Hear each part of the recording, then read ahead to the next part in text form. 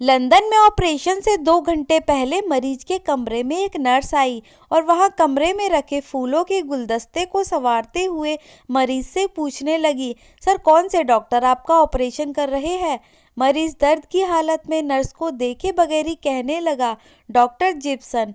Nurse ने आश्चर्यचकित होकर पूछा, सर क्या सच में डॉक्टर जिप्सन ही आपका ऑपरेशन कर रहे हैं? मुझे तो यकीन ही नहीं हो रहा। नर्स के प्रश्न से मरीज घबरा गया और कहने लगा, जी वही डॉक्टर कर रहे हैं। क्यों, आप इतना आश्चर्यचकित क्यों है? क्या कोई समस्या है?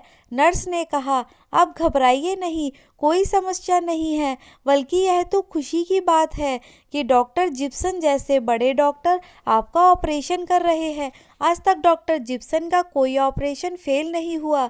जिस मरीज को डॉक्टर का हाथ लग गया वह मरीज 100% ठीक होकर ही घर गया। डॉक्टर जिप्सन का अपॉइंटमेंट बड़ी मुश्किल से मिलता है, इसलिए मैं बहुत ही आश्चर्यचकित हूँ।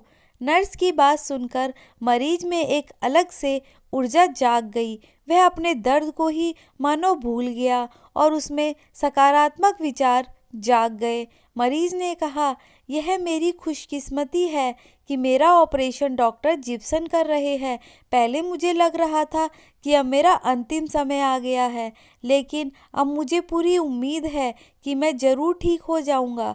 नर्स ने एक बार फिर अपनी बात दोहराई, सच कह रही हूँ सर, मुझे अब भी यकीन नहीं हो रहा है कि आपका ऑपरेशन महान डॉक्टर जिप्सन कर रहे हैं। अब आप बेफिक्र हो जाइए। थोड़ी देर बाद मरीज को ऑपरेशन थिएटर ले जाया गया। मरीज का ऑपरेशन सफल रहा और मरीज तंदुरुस्त होकर खुशी खुशी अपने घर चला गया।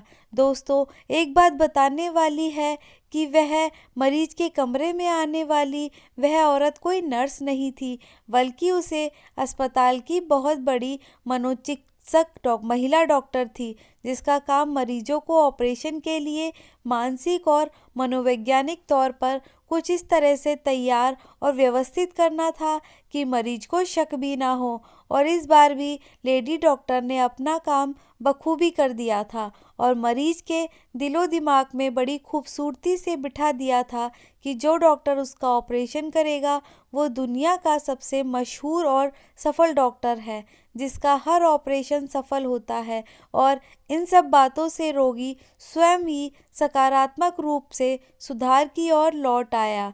दोस्तों, आपको किसी को भी आशा और अच्छी भावना देने और सकारात्मक सोच जगाने के लिए मनोवैज्ञानिक होने की आवश्यकता नहीं है।